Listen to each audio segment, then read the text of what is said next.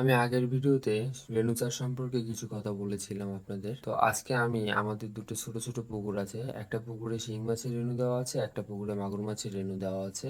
তো আজকে আমি দেখব কোন পুকুরে কি রকম মাছ হয়েছে তা জানাটা আমার দরকার, এবং দেখব আমি আপনাদেরকেও দেখানোর চেষ্টা করব, সাথেই থাকবেন আপনারা। তারপর আমি সবকিছু জোগাড় করে নিচ্ছি যে কি কি লাগবে ওখানে উপকরণগুলো, যেমন মাছ কাউন্ট করার জন্য, মাছ ট্রান্সফার করার জন্য। এই জন্য আমি সবকিছু আস্তে আস্তে গুছিয়ে নিয়ে পুকুরের পাড়ে যাচ্ছি। তারপরে আমি অপেক্ষা করতেছি জেলেদের জন্য। আর এখানে মাছগুলো দেখার একটাই কারণ, কি পরিমাণ মাছ আছে এটা জানা সত্যিই দরকার, কারণ মাছের পরিমাণ আর খাদ্যের পরিমাণ দুটোর মধ্যে অনেক পার্থক্য।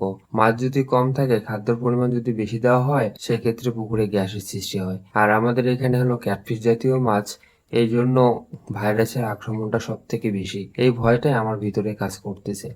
এই জন্য আমি জাল টেনে চেক করব যে কি পরিমাণ মাছ আছে আমার এখানে, কারণ এখানে আমি অধিক ঘনত্বে মাছ চাষ করব। এই জন্য আমি চেষ্টা করব যে আমার সম্পূর্ণ কিছু জেনে আমি এখানে মাছ চাষ করব।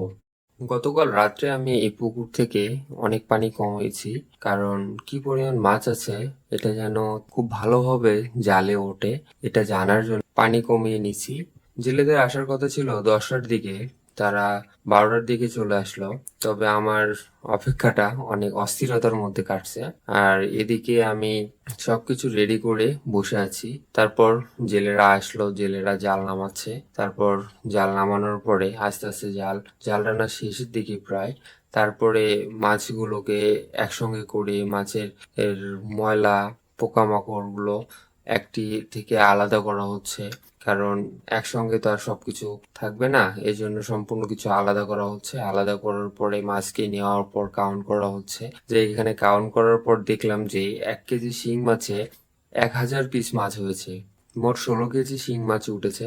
16 কেজি শিং মাছের 16,000 পিস মাছ আছে, এবং পুকুরের মধ্যে কিছু মাছ তো অবশ্যই আছে। তো আমি আনুমানিক ধরে নিলাম যে 9,000 পিস মাছ আছে। তো মোট 25,000 পিস মাছ আছে এখানে। আমি এখন মাগুর মাছের পুকুরে যাব এখান থেকে। তারপর মাগুর মাছের পুকুরে আমরা জালগুলো নিয়ে গেলাম। তারপর মাগুর মাছের পুকুরে গিয়ে আমরা জাল টানা শুরু করলাম। তারপরে ওখানে আমি কিছুক্ষণ অপেক্ষা করার পর জাল টানা শেষ হওয়ার পর মাছ দেখলাম যে খুব বেশি একটা মাছ ওঠেনি। তারপরও আমি ধারণা করলাম যে 10-12 হাজার মাছ বেশি উঠেছে। তারপরে আমি ওখান থেকে মাছগুলো নিয়ে কাউন্ট করলাম।